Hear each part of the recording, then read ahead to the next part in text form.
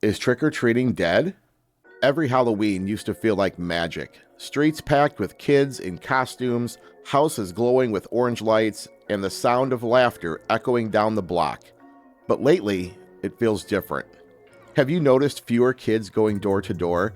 More trunk-or-treat events popping up everywhere. It makes you wonder, is old school trick-or-treating dying out?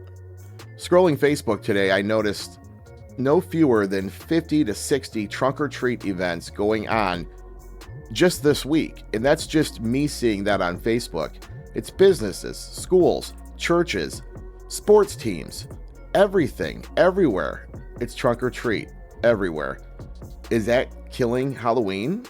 What happened to the spirit, the excitement of leaving your front yard at 6 o'clock p.m. in my area anyway, and dashing off to that first house and going up and down the blocks and getting as much candy as you can in that 2-hour period? Is that becoming a thing of the past? When I was growing up, Halloween was an adventure.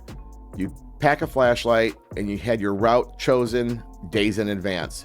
You would sprint house to house to house, hoping to find that house that had the Faygo, which we always found.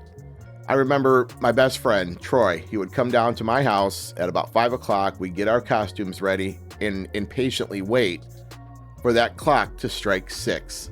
We would sit on the corner of my front lawn, and once 6 o'clock hit, we were gone. We were gone that entire 2 hours with 2 pillowcases, and we would come back with them full, completely full. We looked like Santa on Christmas night, only no chimney or beard. You never knew what you'd get. Sometimes a full-size Snickers, sometimes a toothbrush.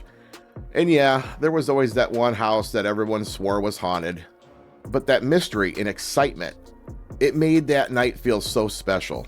You weren't just collecting candy, you were exploring your own neighborhood in a whole new way. That was trick-or-treating in the 80s. Fast forward to now, it's not trick-or-treat, it's trunk-or-treat. Parking lots full of minivans turned into candy stations.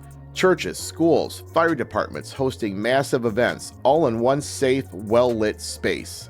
And honestly, it's easy to see why. Parents love it. No worrying about strangers, houses, traffic, or late-night walking.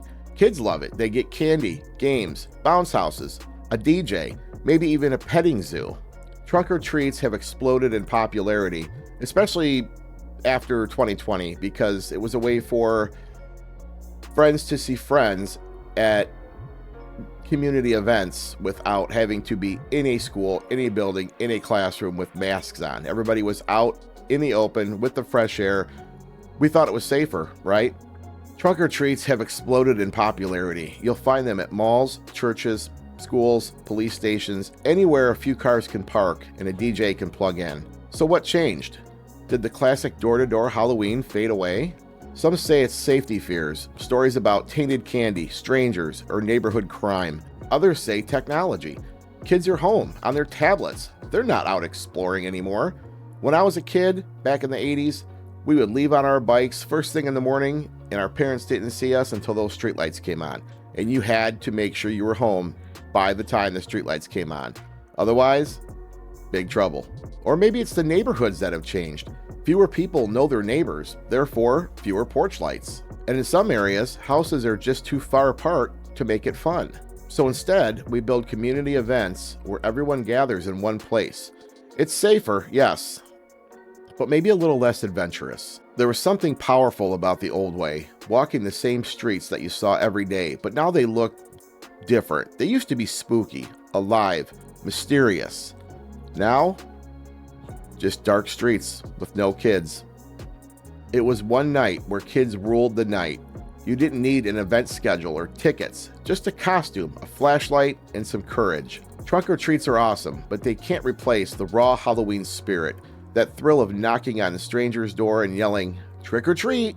So is trick-or-treating really dead? Maybe not dead, but just different. Maybe Halloween has evolved into something that's new for a new generation. As long as there's costumes, candy, and kids, the heart of Halloween still beats strong. Let me know in the comments, do kids in your neighborhood still go door to door? How many people in your neighborhood actually pass out candy? Are there lights on? Or is your street very dark and desolate? Let me know. And thanks for watching. We'll see you next time.